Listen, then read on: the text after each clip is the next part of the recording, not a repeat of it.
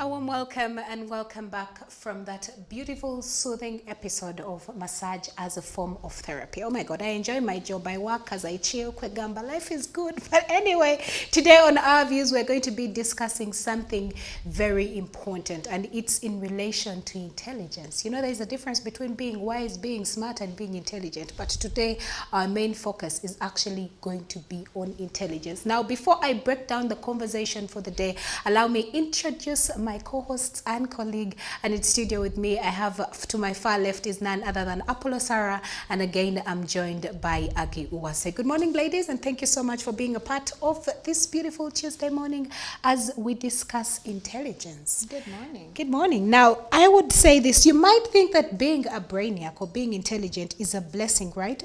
But apparently intelligence can be a burden too. Now, it even gets worse if you are an intelligent person but you do not have the right communication skills as to how to showcase your intelligence, thus coming off to other people as a know-it-all. Now, it's very important that one, we get to describe what being intelligent is or what intelligence is, and then I'll be breaking down for you the types of intelligence that we have. Then I'll switch to the ladies and they'll be letting us know what they think about being overly intelligent. Now, the first thing is the definition of intelligence. Now, it is the ability to learn or understand or to deal with new or trying situations. It can also be defined as the skilled to use of reason, while also the ability to apply knowledge to manipulate one's environment or to think abstractly as measured by objective criteria such as tests. So ladies, what do you think about being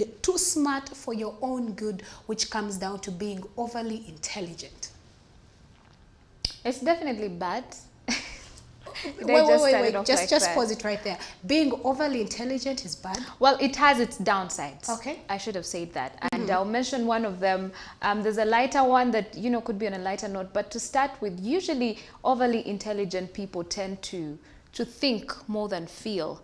And this usually goes on the side of overly intelligent people who are very vocal. Now, they use words as like some kind of smoke screen. They barely feel what they are talking. They are always, you know, talking. Yes, they actually do speak a lot of sense. You find that they're speaking a lot of sense, but I also think that being a human being, you should not just think but also feel. But I'll talk about the lighter side of, well, I don't think it's like on their part, it may not be light.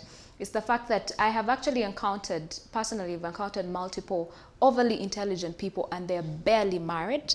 They barely have spouses. Now, I'm not saying that it's mandatory for someone to have a spouse, but they're usually lonely people.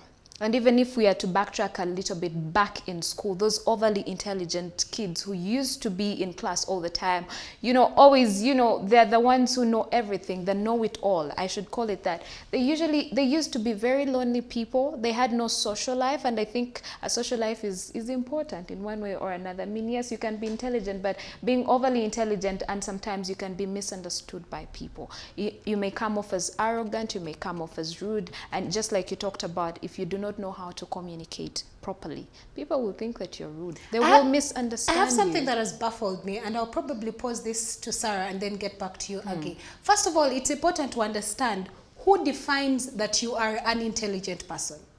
If we're talking about being intelligent or someone having intelligence, and we're saying, yes, intelligent people can sometimes come off as know-it-alls, who says that Sarah is intelligent, or who has the capability to say that, Shivan, you are an intelligent person? So who defines you as an intelligent person? Well, there are different ways to assess whether someone is intelligent or not. Albert Einstein had an IQ, reported that he had an IQ of 160. Well, some studies say otherwise. And to gauge the IQ of somebody, the level of IQ back then and now has varied. It changes because times do change. Okay. The world is in a much different place than it was 10, 20, 50 years ago.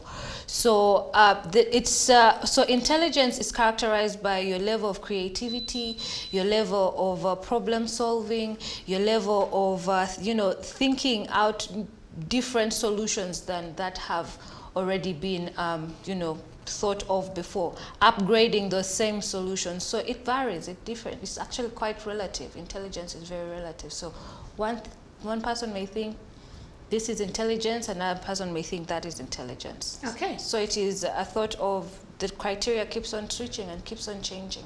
So help us understand, when is the right time for an intelligent person to be intelligent, and when is it required for them to be regular?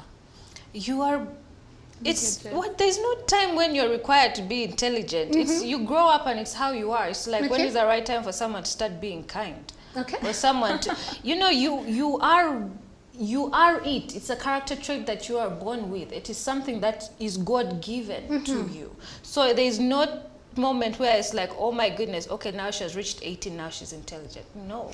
This is what I would say. First of all, the best kind of intelligence, and where I'm drawing this question from, is the best form of intelligence I think anyone should have is emotional intelligence. The ability to know when your intelligence is actually needed, and the ability to know when it's not needed. How do I mean? When you're an intelligent person and you're giving your views or opinion, it's very important that you understand that you're not making the people around you seem less smarter than they already are. But again, the question would be, why do I have to be put to the wall because I'm an intelligent person? That is why I was asking, can there be a time when you're not an intelligent person and you're just acting regular like the rest of the people around you, not coming off as too smart or even a wiseacre? I don't think there will ever be such a time. When you ever feel like somebody is a lot smarter than you, then you are insecure and there is a problem with you, and that is your problem, not the intelligent person's problem. When people act in intelligence, they are acting because it's how they are, it's who they are. If somebody says that this is a black table, indeed it's black. So why should I say, no, it could be brown to make the rest of you feel better? What is that? You get me? What is that? And yes, emotional intelligence is important, but so is every other type. People who are math wizards, people who are creative, all that is forms of intelligence. So, people who are able to speak, diplomacy is intelligence. The way to use your words to convince people, that is all intelligence. So there's not one greater than the other. Emotional intelligence is important, and it is there so that we can understand the people around us. That is what emotional intelligence is. But it doesn't mean that I should bar myself because you are insecure. I'd like to talk about this, and I don't think there will ever be a time where today you're overly intelligent and tomorrow you are not. If you are intelligent, then you are, and chances are you were born with a high IQ. I'll give an example of Kanye West. He's one of, if we are talking about overly intelligence in regard to being really smart, then I will talk about him. And you know, he has come off as a very intelligent man, and he also talked about his IQ being really high. Well, I don't remember exactly what he talks about it, but he has a very big IQ. And we have seen him be a very misunderstood person, and people are talking about Kanye is arrogant, Kanye is doing this and that, because people misunderstand him. And he has tried sometimes to lay back and try, you know, to give people that space of try understand where I'm coming from, but he cannot sustain that, because he is that person. He's overly intelligent, he's overly creative, he's who he is. So today he'll try to become, but that will never be him. Tomorrow he'll just come full circle to still be the kind of person that he is. So there's no such thing like today you'll be overly intelligent and tomorrow you are not. It's not that today you'll be overly intelligent. I think it is what they call, what anyone would call being considerate. Let me give an example. In a circle of friends, yes, you're the most intelligent, but do you want to make your friend look like she's dumb, yet you can actually choose? They don't intend to. They do not intend to make you feel dumb. I think now I'm pushing buttons. I'm agreeing with Sarah that I think that comes from you as a person being insecure, that you feel the other person is way too smart, and instead of looking at it from the positive, you know, perspective, you're looking at it in the negative. Instead of seeing it as this person is actually intelligent, this person is spewing a lot of wisdom, you're seeing it as this person is spewing a lot of wisdom. They're literally and you on your end, you will see it as they are trying to show or to prove that they are too smart. But no, you find them just being themselves. But because you are insecure that that person is smarter than you, you view them like that. Yeah. The thing about intelligent people, some of their characteristics are, one, they apply critical thinking, and a lot of people don't want to think. You don't want to think with your mind. Another thing about highly intelligent people is their quest for knowledge and understanding. A lot of people tend to trust their what they already know or their experiences. A lot of people, you will find that there are many people in this world who cannot think beyond their noses, because this is how my life is, that's how everybody else's life is. You get being very short-sighted. That is what makes intelligent people stand out from the rest. You are comfortable in your mediocrity, and that is your problem. Not the intelligent person. No, it's not. Exactly. It's not the and matter of fact, the intelligent person is trying to help you see a different perspective of angle to life. A lot of people think life is black and white. There's a lot of gray. There's a lot of, it spews even into green, black, and blue sometimes. Okay. But people don't want to think outside the box. But you see, when you are comfortable in your mediocrity, you expect it from everybody else. And that is not their problem. That is a you problem.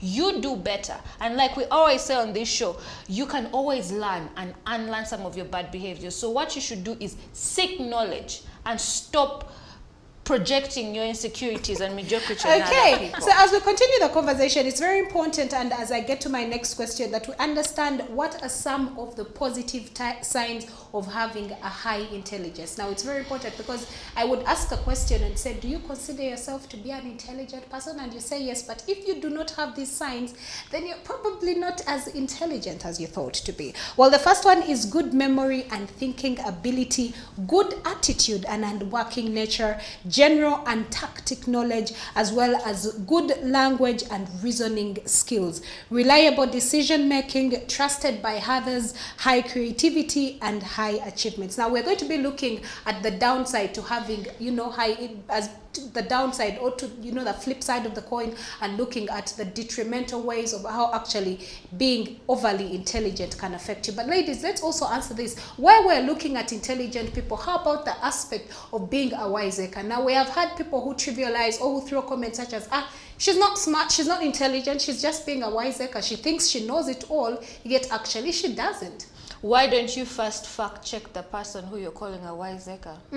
Have you ever thought of that? We are quick to point at the other people instead of ourselves. If somebody says it's going to rain tomorrow, how about you fact check them? Is it going to rain? Check the weather forecast for the next day. Or when somebody says something, and this is the thing, I'm in a point in my life where I do not want to have conversations with people based on their feelings. Let's have a factual conversation. So when I say something, you check me with facts. I am challenging you to read up on the subject or the matter and challenge me with facts. Don't bring your emotions into the picture. Exactly. Well, let's look at high IQ downside as we wrap up the conversation. One, you often think instead of feel.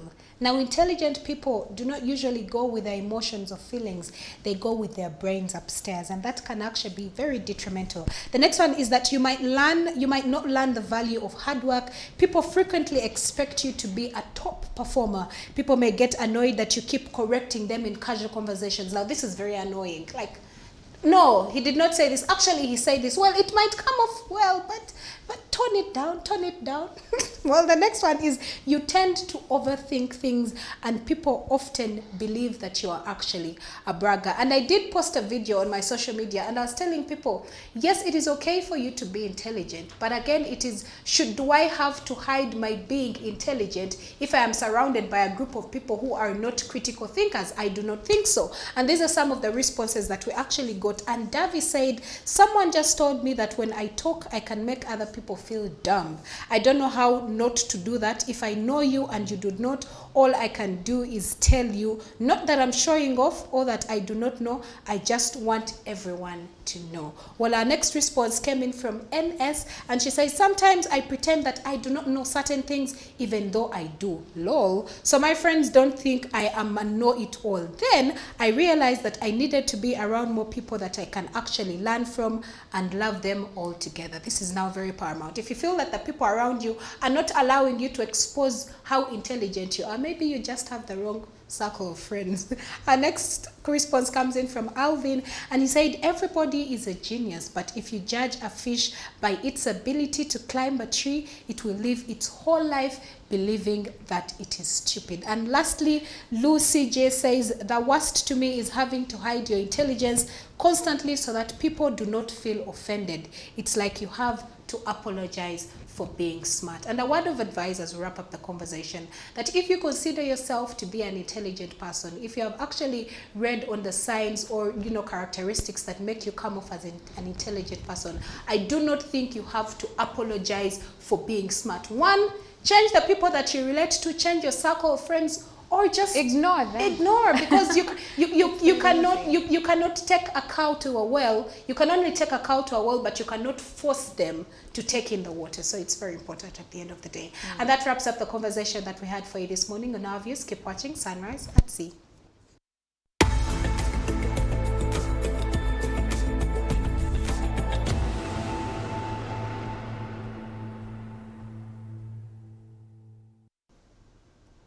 Well, just like they say, every good thing comes to an end. Sadly, we have finally come to the end of Sunrise at Sea here on CTV. But we thank you so much for joining us and for always being a part of Sunrise at Sea as well as CTV. Just a heads up, today will be the last campaigning day in Omoro District ahead of the polls that will be taking place on Thursday, the 26th of May. And our team right now is in Omoro District and definitely will be bringing to you all the occurrences and everything that will be transpiring rather in our subsequent programming here on CTV. But for now, the ladies and I wish you a very fantastic day. Remember to take care of yourself. It's actually a chilly morning, so carry something that could keep you warm throughout the entire day. Have a very wonderful day.